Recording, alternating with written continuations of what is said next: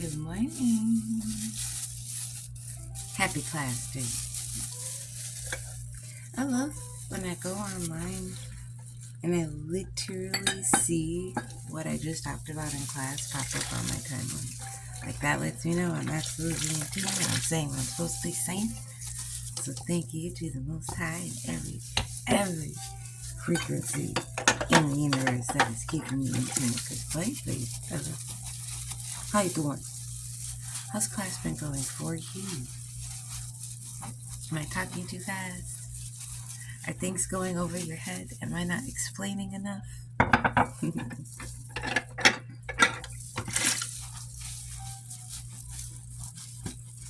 Yesterday we talked about trauma responses.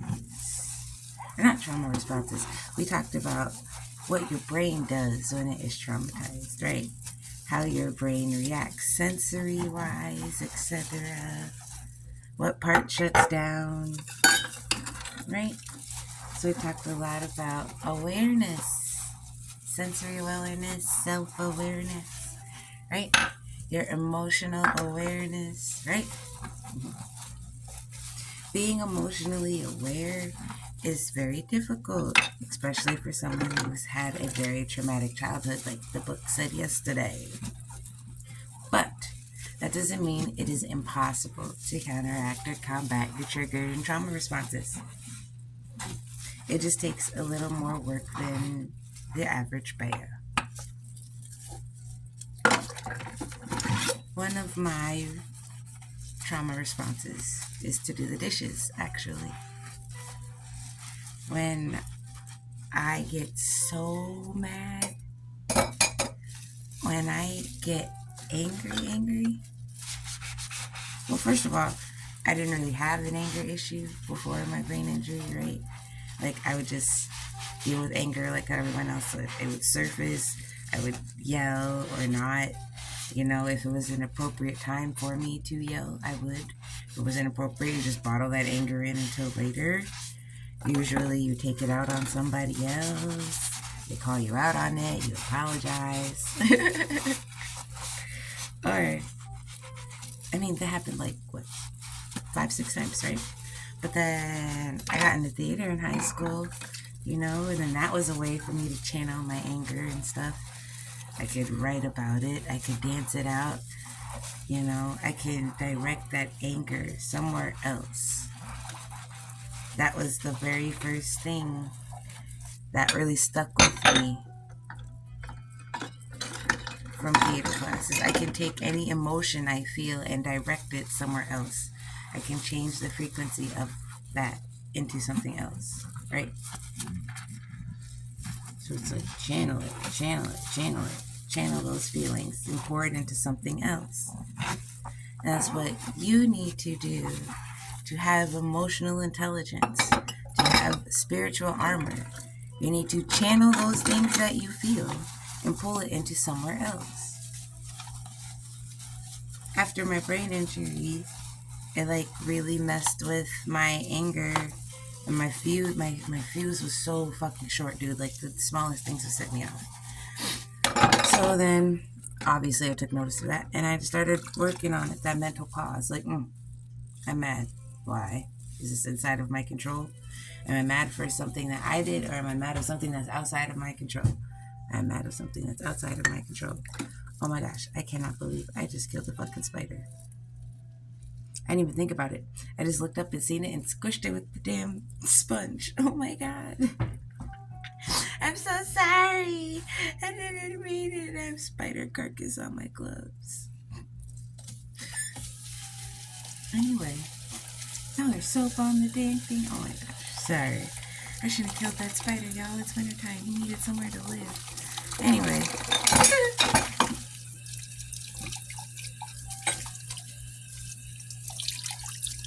I had to train myself to take that mental pause. Like, that shit didn't just happen overnight. It wasn't like, oh, I'm angry, I'm going to pause about it. No. It took some time. And that mental pause is like a very, very good defense mechanism. And everyone should be able to do that, even in a dire situation. You know, like in the movies, when they're in the middle of a kung fu fight and like time just slows down, and the kung fu fighter can like see everything happening at once, and then he's able to like kick ass. Yeah, same rule applies when you take a mental pause. Same thing.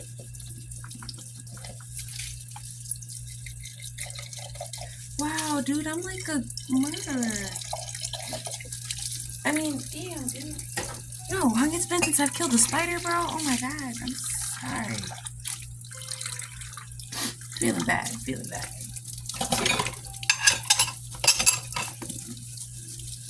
Wow. Man, that kind of fucked me up, y'all.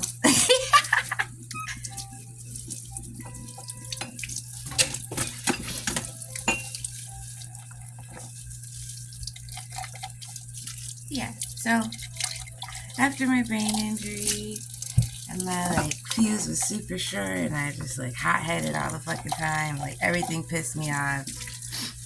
I had to check myself, like, are you mad at something you did or something somebody else did? Something somebody else did.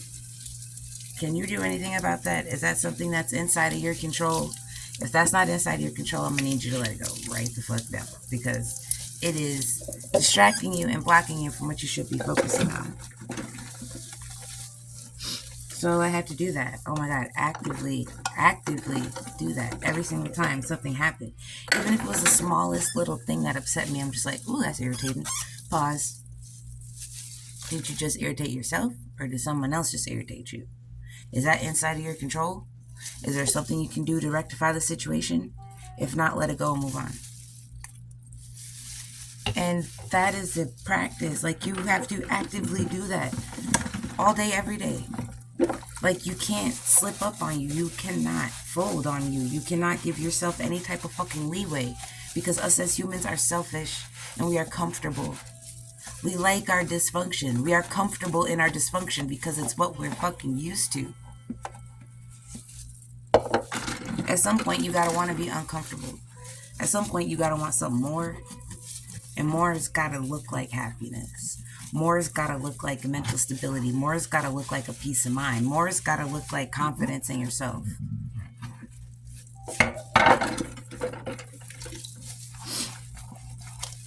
Back in the day when I was little and I had to wash dishes, I would pretend that I was at a bar washing dishes and listening to people's bullshit. Like, for example, Mo. I would always be Mo. And Homer would come in talking shit about Marge or some shit like that. And then I told myself I need to finish these dishes before Homer finishes his story about Marge. So I would just be like scrubbing the shit out of them super fast and everything, trying to do it. And then I evolved and it became the dishwashing Olympics. And it was, how many dishes can I wash in a minute? How many can I wash in 2 minutes? Can we wash 20 dishes in 2 minutes type shit? And it goes from there. Then, after my brain injury, I didn't have an outlet. I had nobody. When I broke up with my first long-term relationship, he took everybody with him. He took all of our friends with him. Only people I had with me were my new friends that I had made in college. And these were new friends, right? These were new people. These people were still getting to know me. So when I was walking around with bruises and shit, they didn't want to say nothing about it. Yeah, those type of people, right? They're like, oh, I didn't know, blah, blah, blah, type shit. And then, some of these kids, I went to school with them, right? Like, we knew each other. So they would be the ones like, yo, what the fuck is going on with your face, girl? Da, da, da, da. And I'm like, I don't know what you're talking about. I ain't looked at my face in a really long time. You feel me? So then those old friends helped my new college friends, like, know me better. Like, get to know me, right? Not like they would fucking talk about me or anything like that, but they would be like, yeah, Kayla is like this. This is just how she is. She's always been like this. I've known her for X amount of years. This is how she operates. That's just how the fuck she is. And I love it. Because I don't defend myself. I don't explain myself. I just am me. I always have been. Very few times in my life where I have had to explain myself for what I did and why. So in college, when people are like expecting an explanation, I'm not giving one. You know, they were like, what the fuck? Why? Who? What? Where? When? This one guy goes, I can take you in doses, Kayla. I can only take you in doses. And I love that because my energy is like, right, on point. Always too much. I've always been too much. You are too much. Your love is too much. Your energy is too much. You are talking too much. You are dancing too much. You are moving too much. I've always been too much. So I've gotten used to being too much for people. So I've gotten used to shrinking myself for people. Which led to my codependency. Which led to people pleasing. Well, actually, I was people pleasing before that because I'm a middle child. And there's a lot of chaos in my home. And I like to be the comedic relief, right? Just a laugh and all that yelling. Just a laugh and all that tension. That's my role. So, fast forward to brain injury number 1. My noodle was scrambled, okay?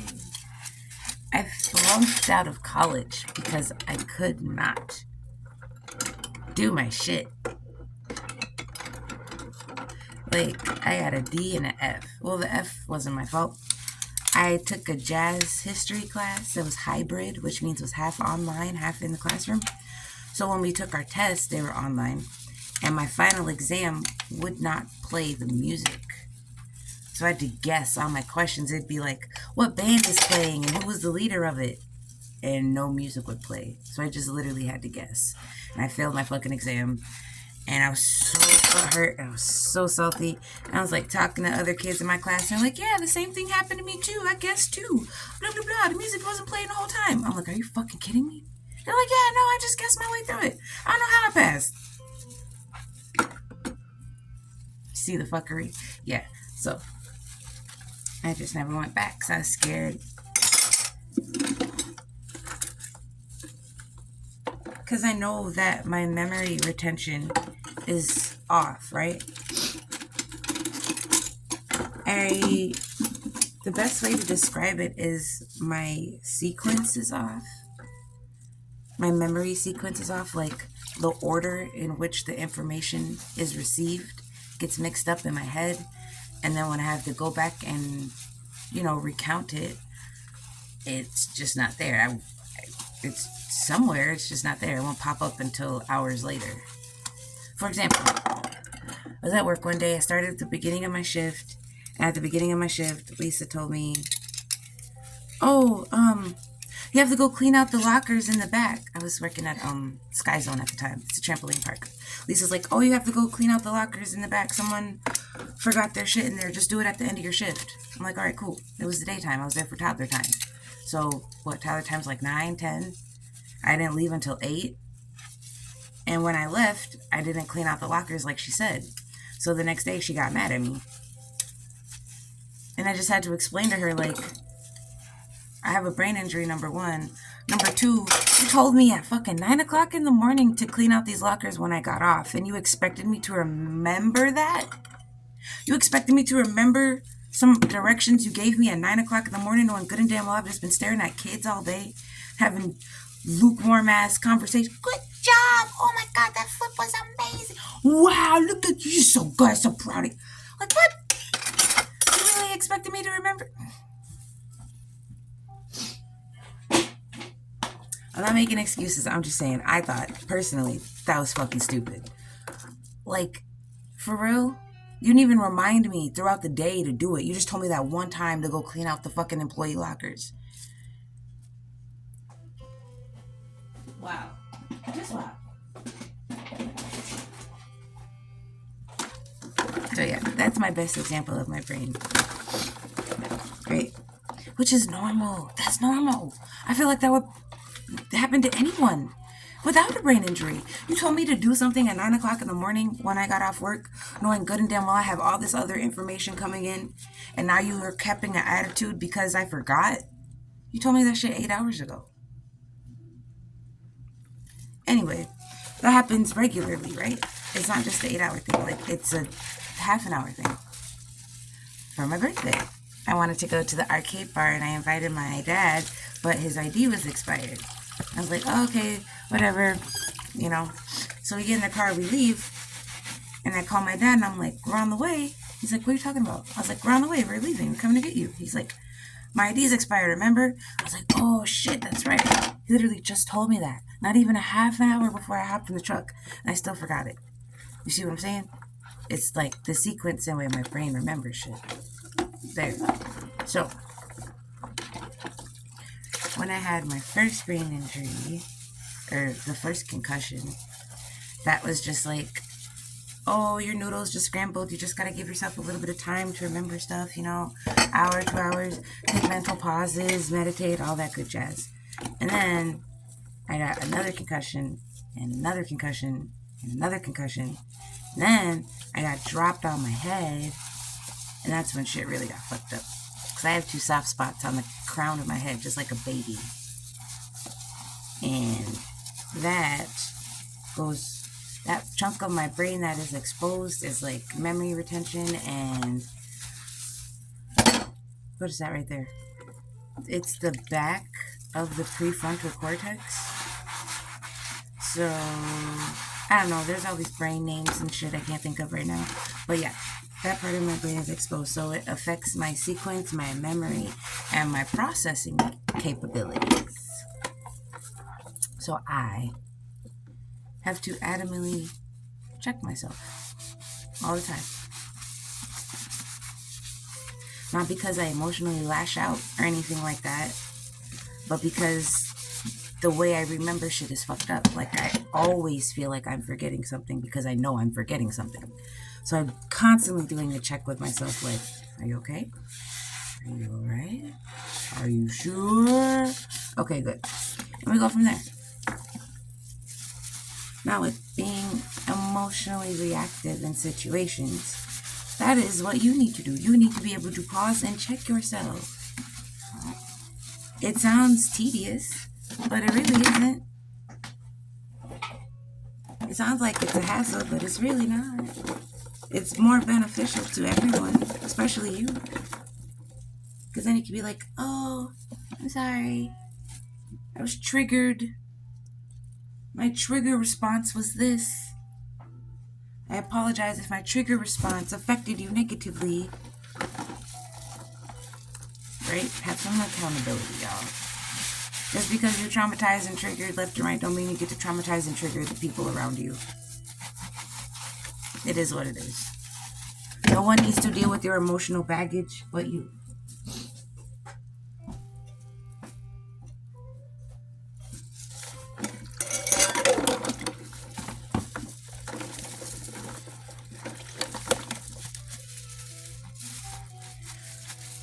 I can honestly say, journaling and keeping all those prayer thought logs, feeling logs, etc., that is your blueprint to establishing your emotional intelligence. That is your blueprint, your key.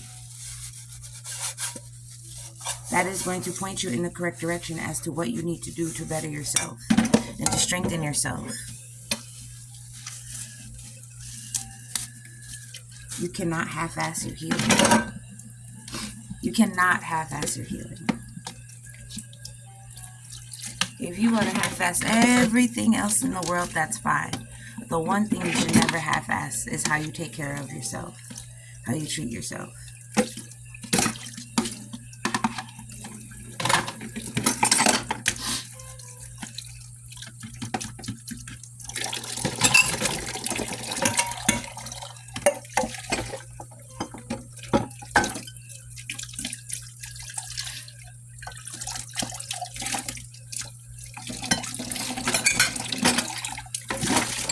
So this is my routine.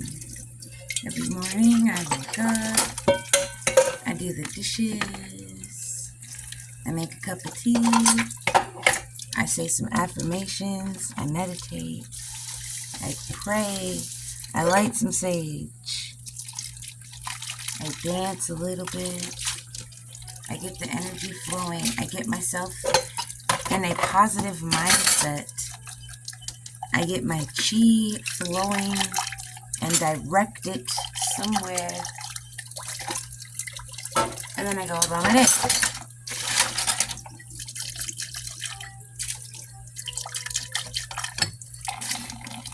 Setting yourself up in the morning is the best. Having a regular practice self-care routine will also be very beneficial.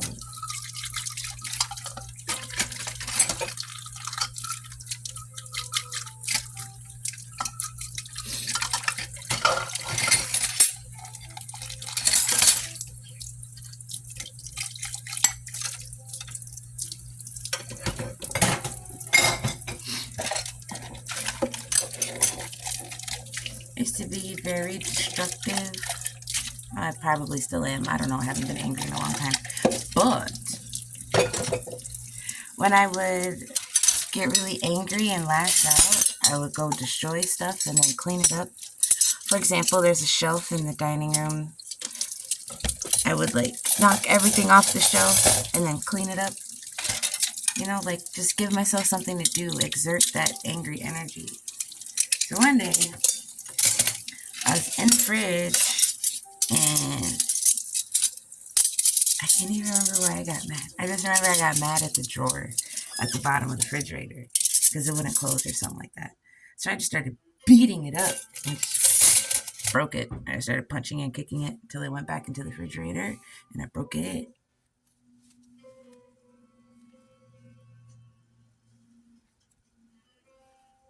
And then the time after that, I got angry and knocked everything off the shelf and then cleaned the shelf back up and then made dinner. And then I got attacked and a guy punched me in my head and he punched me in my face and I had this really ugly purple bruise on my face for like a week and a half. It was gnarly. But I'm trying to think of all the times I got angry and lashed out. Those are the only two recent ones.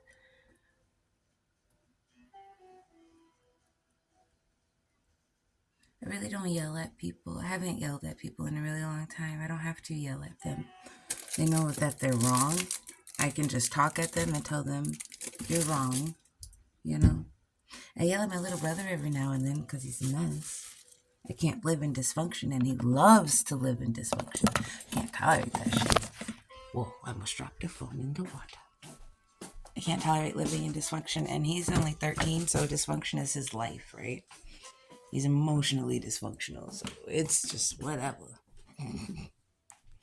I try my best not to.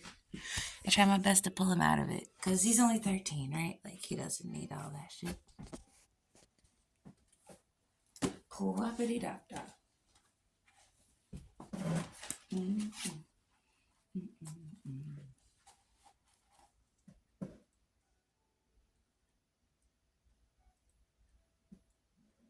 That is so weird. You guys see that? It's not even there. There's nothing right there. That's not there. That thing in the camera is not there. That's not there. Do you see? That's so weird. That's so crazy cool. Anyway.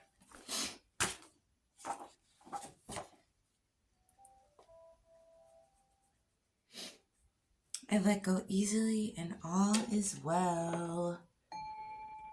I take 1000% responsibility of my life. I draw from my inner strength and light. I trust myself and make the right choices. I trust my inner wisdom and intuition. I press on and believe in my path. I give up the habit of criticizing myself. I am patient with myself and others. I focus on progress and decide to let go of perfection. I compare myself only to my highest self. I choose to see the light that I am to this world. I accept and let go. I trust all is well. I let go easily and see the light in me. I am the light of God. I am happy in my humble awareness of that light. I am the radiant, luminous light uplifting everything around me. I am rich in the shining beauty of God's abundant love.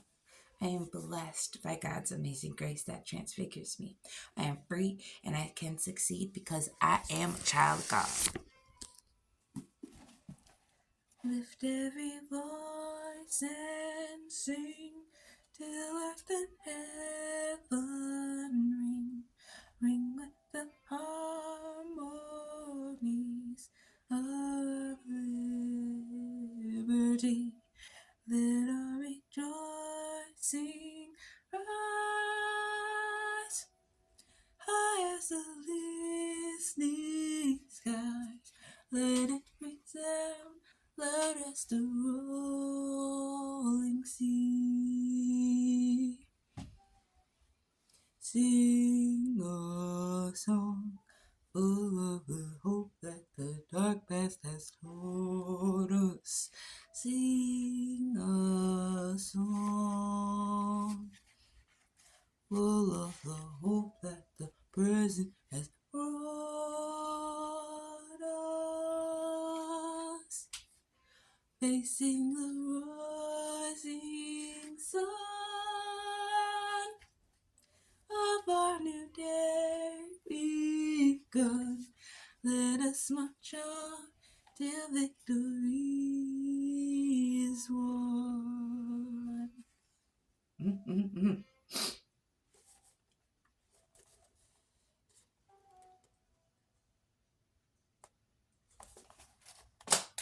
The emotional brain has first dibs on interpreting incoming information. Sensory information about the environment and body state received by the ears, eyes, and touch and kinesthetic senses, etc. Coverages on the thalamus where it is processed and then passed on to the amygdala to interpret its emotional significance. This occurs with lightning speed.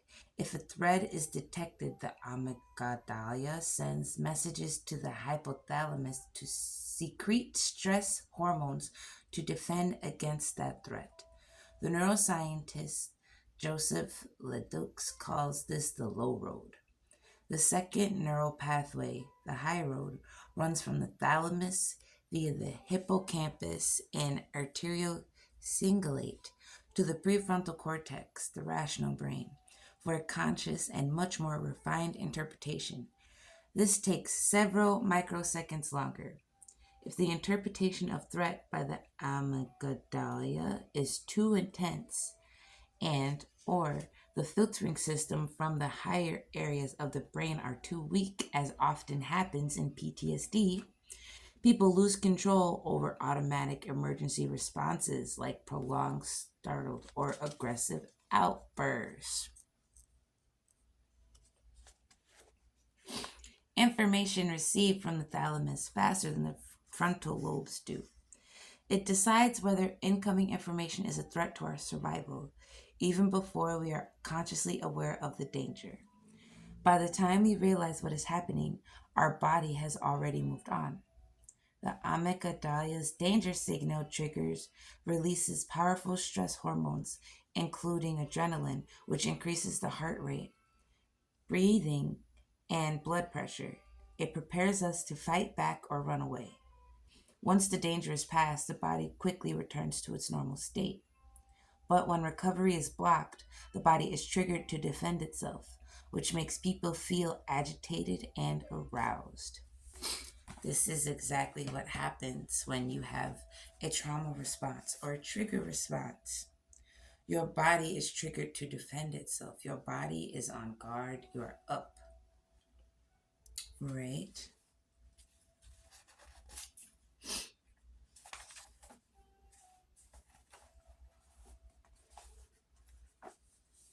Effectively dealing with stress depends on achieving a balance between your brain's watchtower and your brain's smoke detector.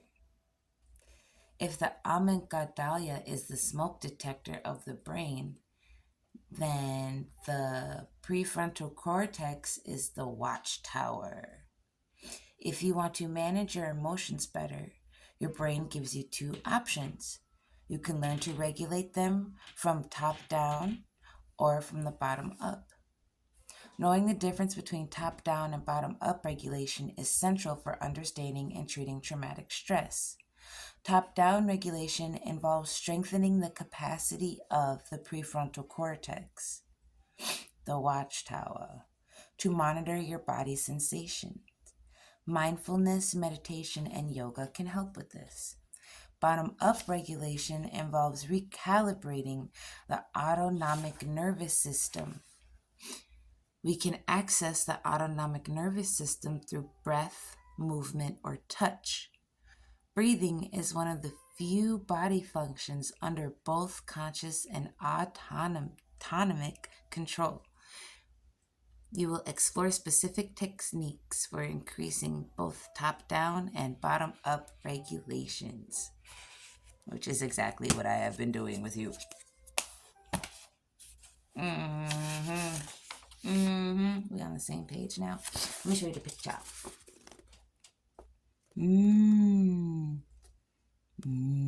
Oh, I love a fresh book smell.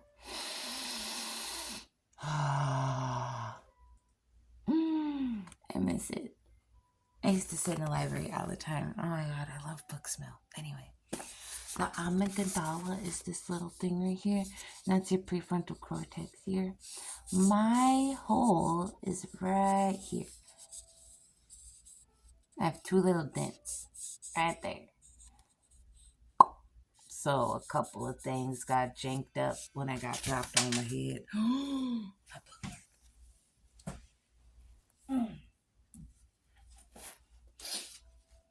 Dope, beautiful, wonderful, great.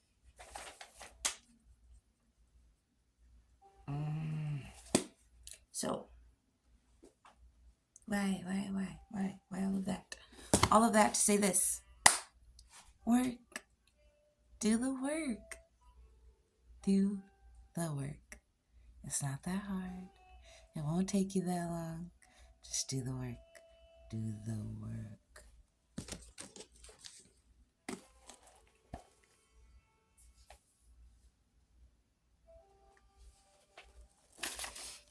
How did you make yourself feel good?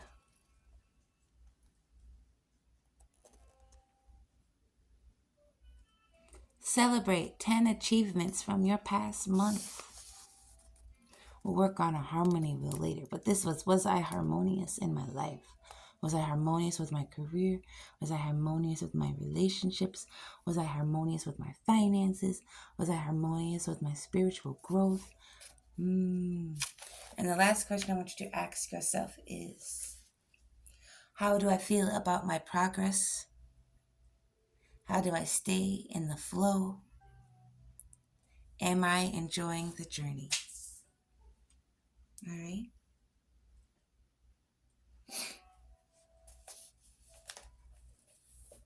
How do I feel about my progress?